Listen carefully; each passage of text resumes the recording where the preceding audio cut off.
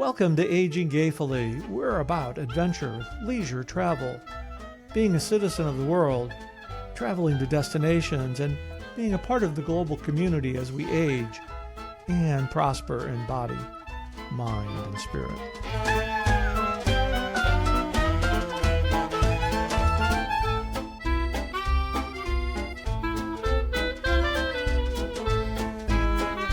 Welcome to Aging Gayfully. I'm Josh.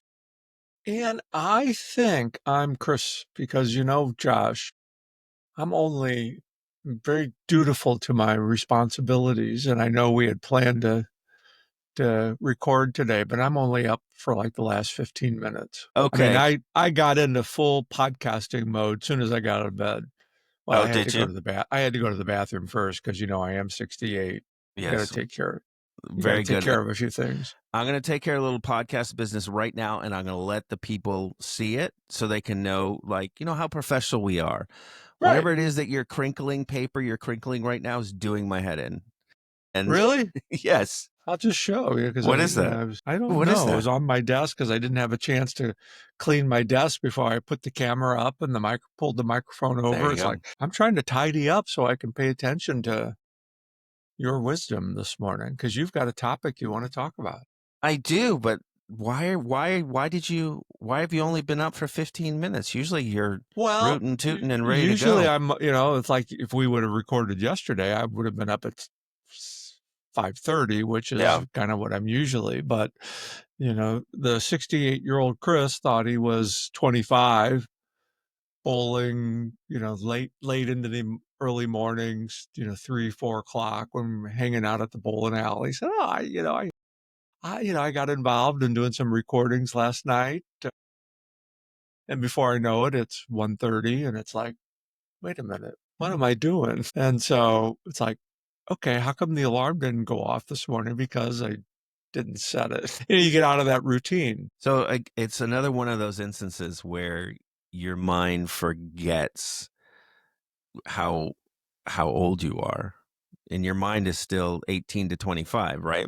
Yeah, it's that I could do that. Well, I did do it, but the toll is a little bit more expensive the next day than what it was when I was 25.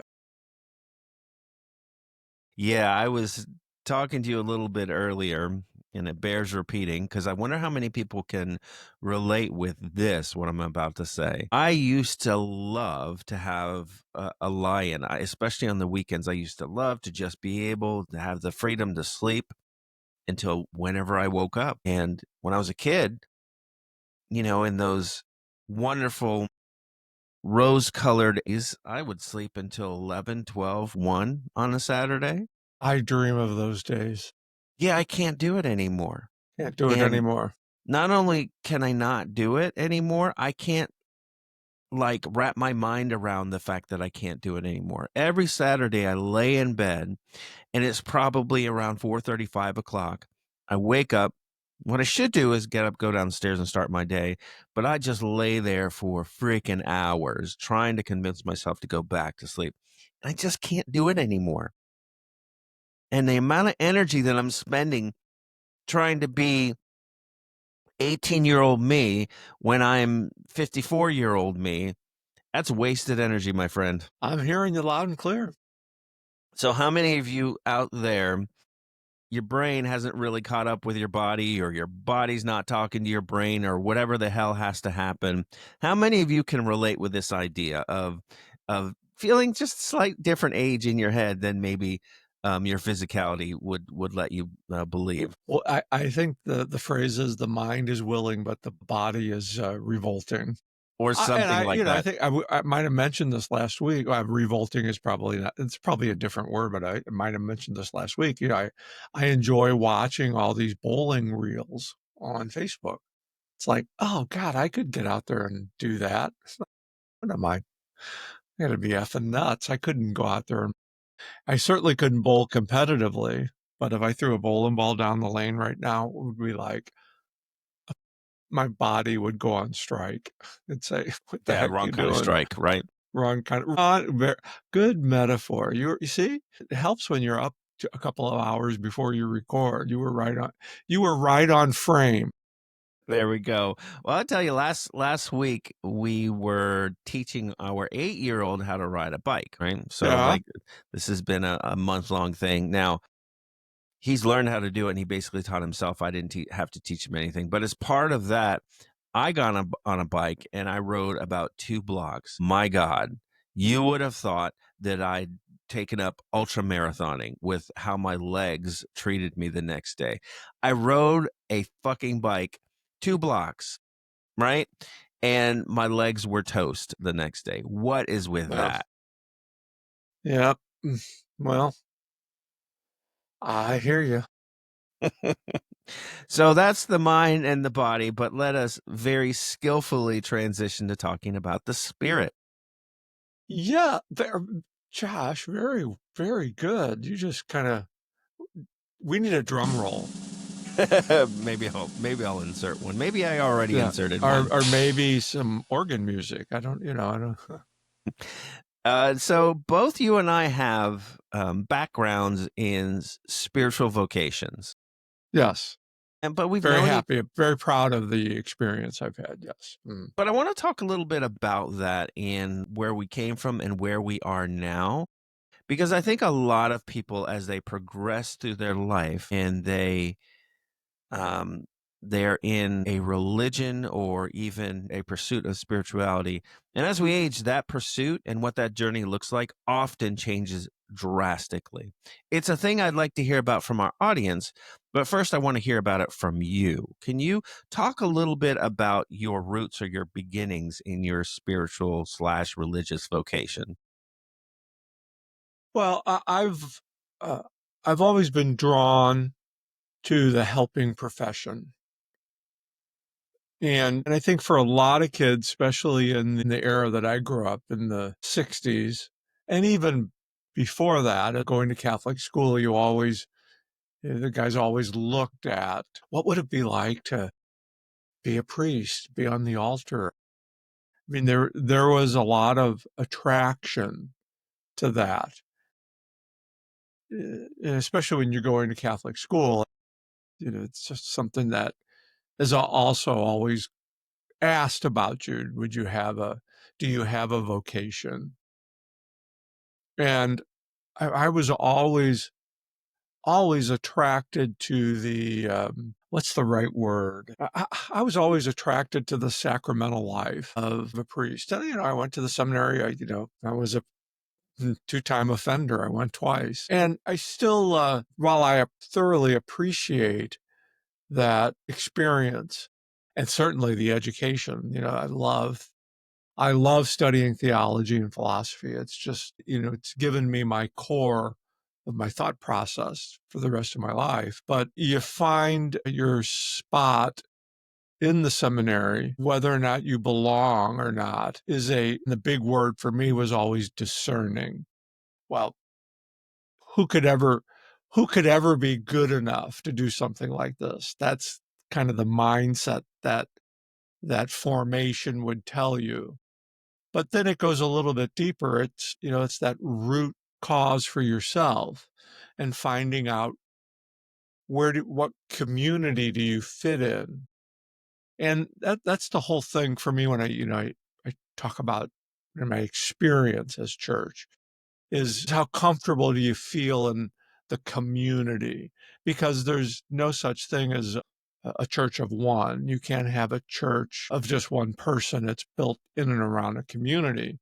And it comes back to, at least for me, it came back to how comfortable do you feel in that community? Do you feel like you fit in that community? And there's, especially as I can just speak from the Catholic perspective. I grew up in the Midwest, very conservative, but not to the point to where we look at conservatism. We hear that word today, but it was a part of me. And I always thought something was there, but you find out as you get into the system, you get into the religious system that there's more to it than spirituality. When you have a community, There's diversity in community. At least you hope so. If you're in a welcoming community. And not all church communities are welcoming. They're not all welcoming of diversity. They oftentimes miss the message of love thy neighbor as I have loved you.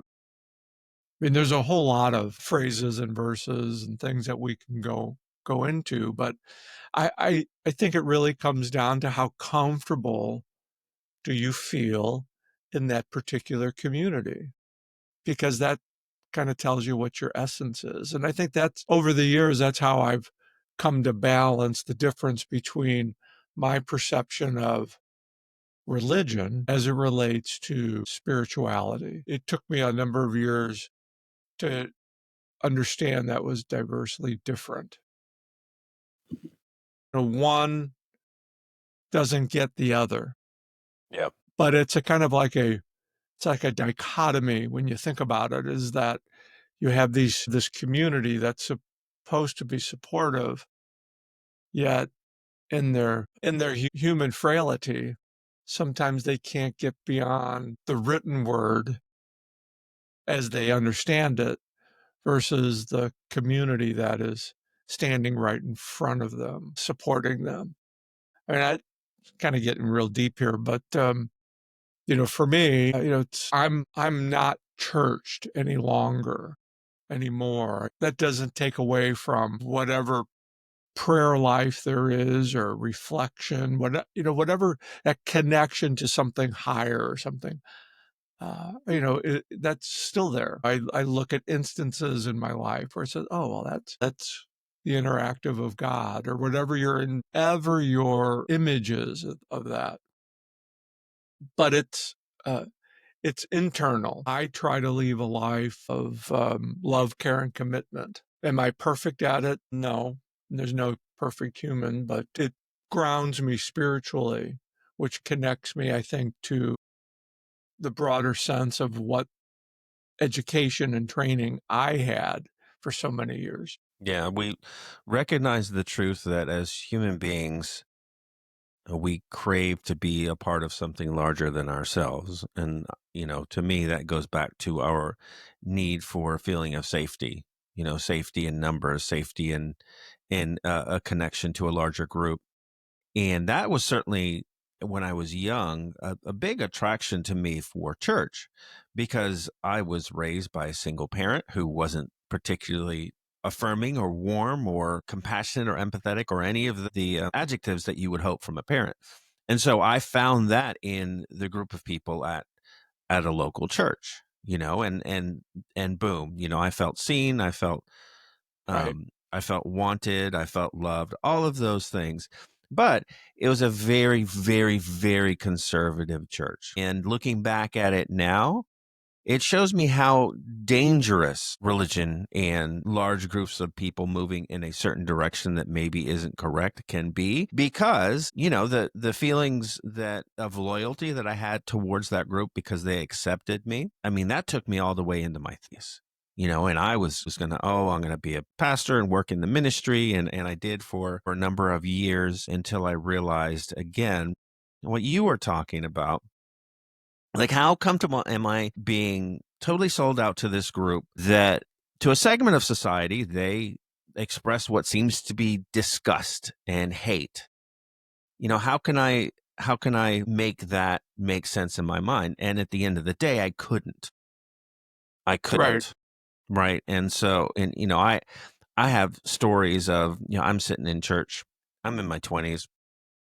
My in-laws are visiting the church. They are atheist, and the sermon that day happened to be on the evils of Islam, right? And really just invective filled, just not a pleasant sermon. And my two family members were just totally disgusted. Like, what do you mean this church is about grace and this Right. bile that they are puking out against this other group of people? And I was like, yeah, that was, I feel like, as an adult, the first time I was truly ashamed and embarrassed of this group of people that, until then, I felt, oh, this is such a wonderful, loving group of people, because they took me in. Well, they took me in because I fit a certain demographic, I'm certain. Right. So then my struggle was in recognizing what it was that you just talked about, the difference between spirituality and religion, and how spirituality and our being drawn towards spirituality is, again, a human craving that needs to be met. It's just that then you have certain religions that take that craving and they use it for their own agenda. And that's, again, dangerous, very dangerous. It's very dangerous, and that's how cults get their start. Absolutely. Absolutely. So, in your process of moving away from being church, but still holding on to spirituality, like what kind of practices do you have these days? What do you do to stay spiritually connected, however you understand it? Well, I think one of the things that has, in one sense, grounded me spiritual wise is being a caregiver advocate. As I was a caregiver, because there's a relation to uh, caregiving. There is a relation caregiving and ministry. It's a service to others. My Pretty much my entire life, well, except when I was bowling, has been in service to others, whether it's been in social work, or all my roles in social work were always an outreach to help others. And that, in retrospect, when I think about my time at the seminary and how I gravitated even before I got involved in the caregiving role, I always kind of gravitated towards senior care.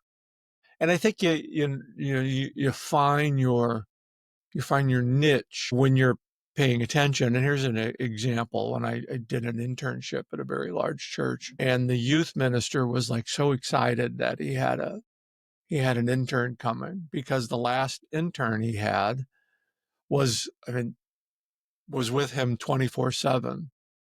And while I helped out with the youth group, I never really took a lead because it wasn't an interest. It wasn't a ministerial interest of mine. Out the parish nurse and the hospital visits and the nursing home. I mean, I gravitated right to that. And he said something to me that, this is 30 some odd years ago, but he said something to me that really resonates, and it kind of talks about what you and I are talking about now. He said, at first when I met you, I wasn't, so excited because I sensed that you were going to be the same as the other intern. We were going to do things, and and then I come to realize that you didn't really have the same passion for this that I did. I said, well, it's not so much passion; it's that we all find our own ministry. Yeah. And and I say that when I use the word ministry, I know it has a religious connotation to it, but I think it has more of a spiritual connotation to it. We all have some form of ministry in us. You know, Parenting, there's a ministerial component to parenting, being present to your kids or your spouse or I mean, there's a spiritual component to that, whether you coin it that way or not. When you're connected with another person, that's the kind of the essence of being human. And again, you create that community. The ministerial side, at least for me, was what's the right word? Can't think of the right word. But trying to connect the ministerial to the caregiving, but it fulfilled that caregiving advocacy fulfilled that ministerial role in me, because I recognized early on in my seminary experience that the role of a sacramental minister really wasn't for me, because I couldn't get up there and preach about something or have a sermon about something or a homily about something that I didn't believe in.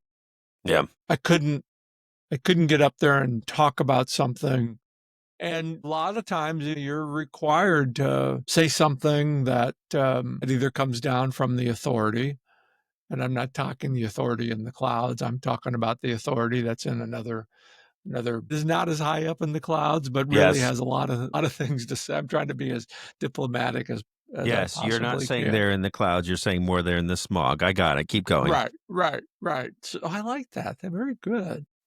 I love that analogy. So that's, I recognized that I couldn't get up there and talk about something that I didn't believe in.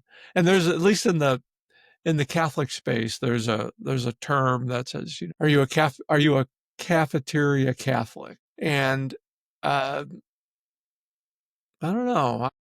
We all have our own beliefs and experiences, and I still have friends that are, and goodness, we're in 2025. They've been now ordained probably approaching 40 years. And I have friends that left after a couple of years. You have to find your own peace with it. And it's something everybody has to figure out on their own because it's different for everybody. And even more so for a gay person. Yep. Yep. Because religion is thrown at people who are different, or at least are different to the people who are throwing the mud. Yeah. Or And that comes what back else? again to community. How comfortable are you in that community? Yeah, and I have several gay friends who are very active in different churches. And I know of Yeah. several churches, that are very affirming. We just visited Savannah, me and the family, and I took a picture of a church, and it had a sign, a very prominent sign out front saying how they welcome all sorts of people. And of course, they give you the list of a lot of the marginalized people that usually you wouldn't think would be welcome in the church. And they said, everyone is welcome and loved here. And so I do appreciate Yeah. that, Yeah. and The marginalized. I think there's, yes, yes, there's something in the words of the Holy Book about there's reaching something out to about the those. marginalized. So I'm listening to everything that you're saying, and it pretty much aligns to the track that I have taken, which is to take all of the good thoughts, all of the good words, all of the things that I think that are true, that religion just also happens to espouse. I take those things and I sink myself into that. What's the saying that a broken watch is right at least twice during the day? You can have truth come from all sorts of different kind of messengers. And so anything that espouses the beauty of community, the usefulness of grace, the utility of forgiveness, these are all the things that I believe in. And so I use my time in the church as I look back and I say, okay, all of those things, those are the things that I'm taking with me. And that made the experience a learning experience as opposed to just being useless, which it wasn't. I learned a lot of good, important things there. Well, and I think that's the other message that we want to take from this conversation is we're always learning and evolving. And I think if we look back at ourselves at 25 and had this conversation, it would have been much different. Oh, yes. But the years of I experience. would have been afraid of this conversation at 25. Well, you would have thought the lightning was going to strike you. Absolutely. Yeah. I get it. And I think that other thing about religion is the fear factor that is often put in to people's minds by authority. So, I mean,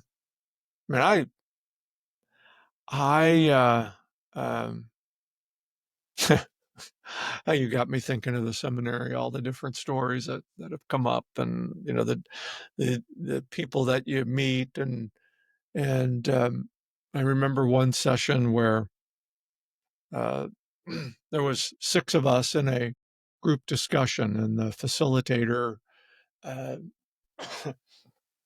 um, she's she started talking about communication.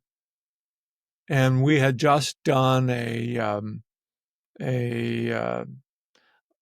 guess a survey of sorts. And this one fellow, he looked, I just couldn't believe what he had said. He just said, well, in this survey, I wish it would have been anonymous so that I could really have said what I wanted to say. And I just kind of looked at him and said, and of course the facilitator was a nun. I said, if you don't have the balls to say something and put your name behind it, then you don't have any balls. I don't think he and I ever talked again after that. But what kind of a weasel would say that in a group setting? Right. Well, I wish this was anonymous. So please sit and spin, pal. No matter what your faith base is, whatever church that you go to, or the minister himself, that's the leader of the church, and that church usually takes on the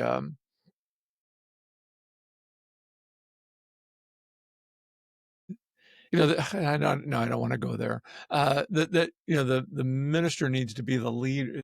Pastor is the leader, and often people take cues from how the leader reacts. And if you're a leader not wanting to talk openly, no matter what your